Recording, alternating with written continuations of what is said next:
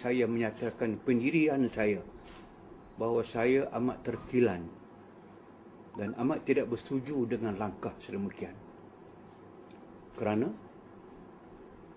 isu ini isu asas pokok yang paling besar dalam agama. Agama mana pun, tonggak yang paling besar ialah kepercayaan kepada Tuhan yang nak dia sembah. Kita Islam dengan Islam Allahnya, Kristian dengan Jesus Christ, God dengan Lordnya, begitu damai. Saya lihat dalam Bible ini, daripada halaman awalnya, daripada the first book of the Moses called Genesis ini, daripada chapter 1 lagi, saya lihat daripada baris pertama lagi dikatakan, in the beginning God created the heaven and the earth. Daripada ayat pertama juga ada perkataan God. Tiap-tiap satu ayat di bawah ini kesemuanya penuh dengan God, God, God, God. Saya bilang tengok di halaman muka ini saja ada tidak kurang daripada 31 kali perkataan God. Saya buka halaman 2, halaman 3, penuh dengan perkataan-perkataan Lord. Seterusnya perkataan Jesus.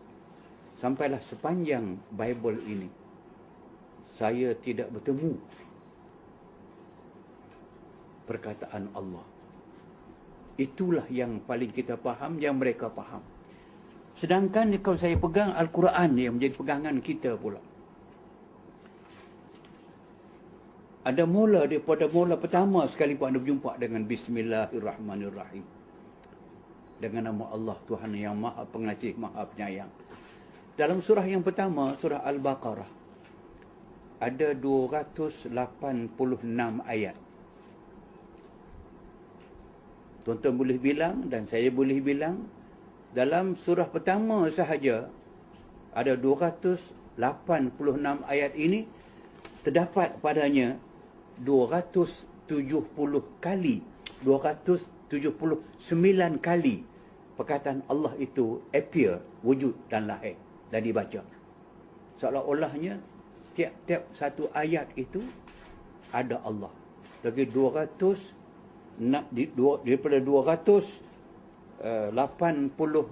ayat, ada 279 yang ada Allah padanya. Dan malah yang unik dalam Quran ini, satu surah nama surah Al-Mujadilah hanya ada 22 ayat. Tetapi sebutan Allah dalam seluruh surah ini ada sebanyak 34 kali perkataan Allah disebut. Ayat yang pertama ada 3 kali sebutan Allah. Ayat terakhir 22 ada sebanyak 4 kali sebutan Allah. Nak menyatakan bahawa anda bukalah Quran yang seperti ini, yang ada color, sebab kita sengaja buat bahawa ada Allah Ta'ala, Allah sahaja ditanda merah. Anda buka dengan mata yang tidak payah memilih dan sebagainya, tidak akan wujud satu halaman pun yang tidak ada merah dalamnya. Yang merah itu adalah nama Allah, nama Allah, sampai akhirnya ribu-ribu kali. Dan menjadi satu daripada amalan hidup Islam ini. Allah itu berada bersama dengan kita pada bila-bila masa, dan kita sebut Allah sentiasa. Nak makan bismillah, nak berjalan bismillah, nak tidur bismillah. Sampai orang lahir ke dunia pun kita sambut dengan azan nama Allah. Orang nak mati pun kita mengajar la ilaha illallah. Itulah yang menjadi amalan-amalan kita selama ini. Dan inilah yang menjadi kebanggaan kita. Iman kita kepada Allah Subhanahu Wa Taala tidak berpisah. Kalau inilah yang telah berlaku selama ini. Islam memulakan agamanya. Seorang yang nak meluk agama Islam, dia tidak sah Islamnya, melainkan kena sebut syahadah. Dalam syahadah itu diterang, asyhadu alla ilaha illallah wa ashhadu anna Muhammadar Rasulullah. Saya bersaksi, saya mengaku bahawasanya tiada Tuhan yang disembah dengan sebenarnya melainkan Allah dan Muhammad itu adalah Rasulullah. Ini amalan kita.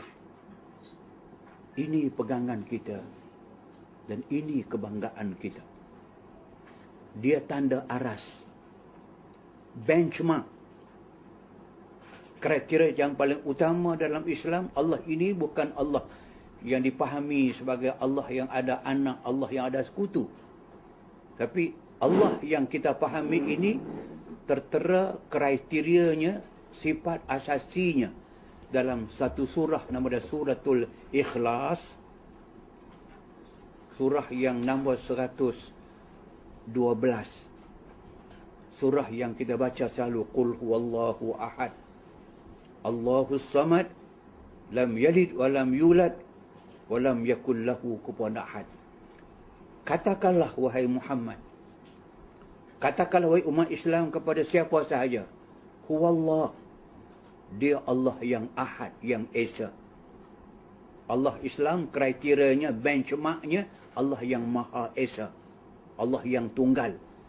Diperjelaskan Allahus samad, Allah ini Allah yang kesemua makhluk beriman dan meminta tolong daripadanya. Tidak boleh minta tolong selain daripada Allah Ta'ala. Lam yalid, Allah tidak ada anak. Allah dalam Islam, Allah yang tidak ada anak. Walam yulad, Allah tidak ada bapa, tak diperanakkan. Ditutupkan dengan satu ayat yang cukup jelas. Walam yakul lahu kufuwan ahad, Allah tidak ada sebarang bandingan dengannya, sebarang sekutu baginya. Dan diperjelaskan dengan satu ayat, laisa kamislihi syai'. Tidak ada satu pun yang boleh dibandingkan, disamakan, dianalogikan dengan Allah Subhanahu wa taala. Laisa kamitslihi syai'. Tidak ada satu bandingan pun. Allah Taala ini yang kita sembah. Kalau ini Allah, tiba-tiba nak dibenarkan kepada orang bukan Islam, khasnya orang Kristian, menggunakan Allah ini dalam, pada mulanya mungkin dalam penerbitan mereka. Bila ini berlulus, maka mungkin Allah Ta'ala ini memang tidak jauh pada saya, akan diletakkan dalam gereja-gereja Kristian. Yang kedua, mungkin atasnya Allah, bawahnya tergantung gambar Isa yang disalib. Atau di atas badan Isa sendiri sebagai anak Tuhan, the sons of God. Atau diletakkan di atas kayu salib itu Allah. Atau Allah dalam salib digantungkan pada Allah. Pada waktu ini amat tercemar nama Allah Subhanahu wa taala yang Allah Taala sebut dalam Islam secara jelas, yang dikatakan mattakhadallahu min walad wa ma kana ma'ahu min ilah idzan la dhahaba kullu ilahin bima khalaq wa la ala ba'dhum ala ba'. Subhanallahi amma yasifun. Allah tidak mengambil mana-mana makhluk sebagai anak dia. Allah menafikan dia ada anak, dia tidak mengambilkan sebagai anak. Allah menafikan wa ma kana ma'ahu min ilah, tidak ada sebarang Tuhan bersama Allah. Kalau ada Tuhan bersama Allah, Allah dua atau tiga, tu izan la dhahaba kullu ilahi ma khalaq, tiap-tiap satu Tuhan ini akan melakukan apa yang dia nak. Pasti dia akan la'ala ba'duhum, dia akan cuba mengatasi lagi satu. So Allah lawan Allah, Tuhan lawan Tuhan. La'ala ba'duhum, mereka akan cuba meninggikan satu sama lain, tunjuk kehebatan masing-masing. Kalau itu berlaku, nanti apa jadi alam?